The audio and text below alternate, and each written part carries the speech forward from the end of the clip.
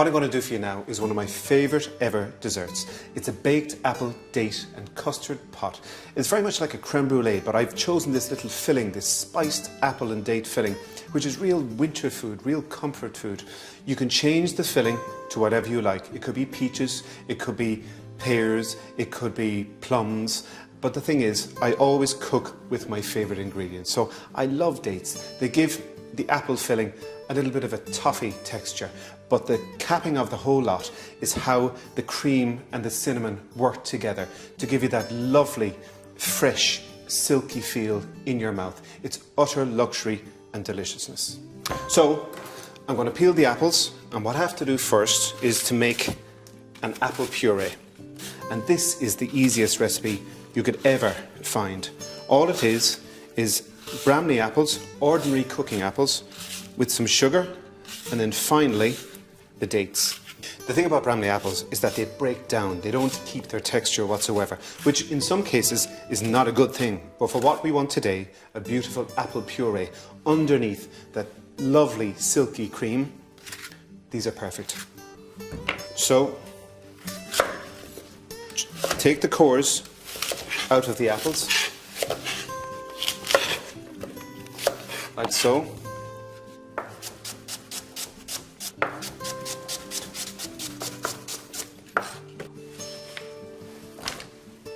And then I'm just going to grab the sugar.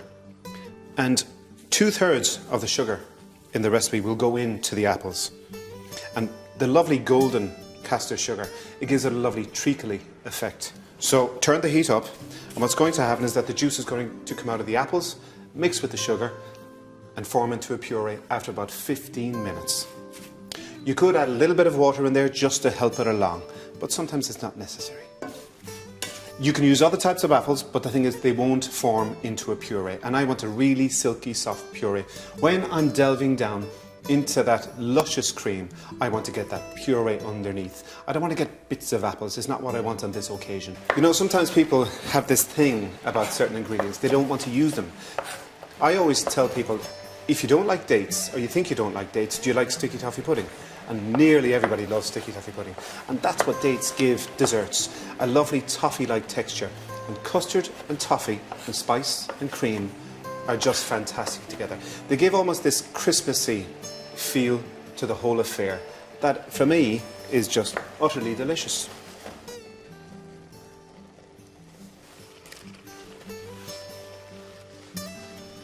So this is the star of the show. It's time to make the custard. Avonmore fresh cream is the best cream you can use, full stop. Our ingredients are, we have some sugar, some good eggs. They have to be free-range eggs, very, very fresh. And on this occasion I have some cinnamon, just to spice up the custard that goes so well with the cream. I want to show you a little tip, how to separate eggs. You'll remember me for this. Crack all the eggs fully into the bowl. You need clean hands.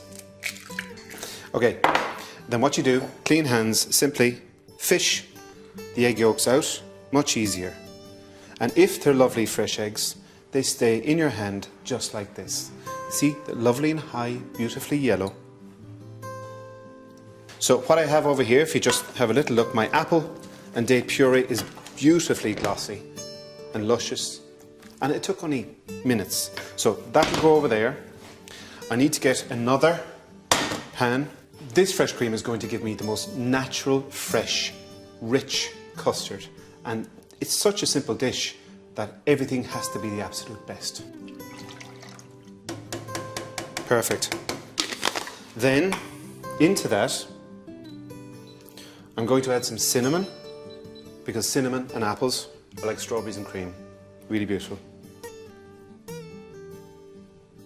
Bring it up to a near boil, and while that's happening, I'm going to add the remaining Custard sugar, golden Custard sugar, into the eggs.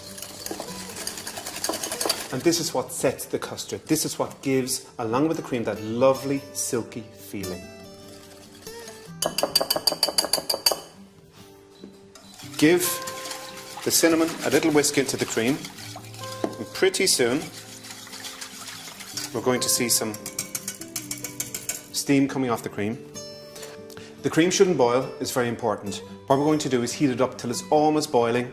You see a little bubble on the top, and then it's time to take it off the heat, add in the egg yolks, and then the custard is done.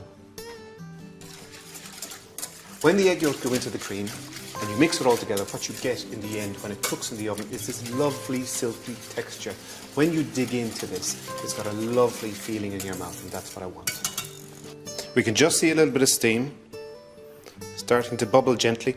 And of course this recipe is going to go into the oven to cook like a creme brulee for a further hour. So it's not quite about cooking the eggs right to the point that you want them. You're not going to have that really creamy texture straight away. So the eggs go in, and straight away we'll get that lovely custard colour. And of course we have the cinnamon, and you smell it now, it's really fantastic. So our two elements of our dish are there. We have our lovely creamy custard mixture, and we have our sticky, sloppy, glossy apple and date mixture. All they need to do now is be put together and be cooked in the oven.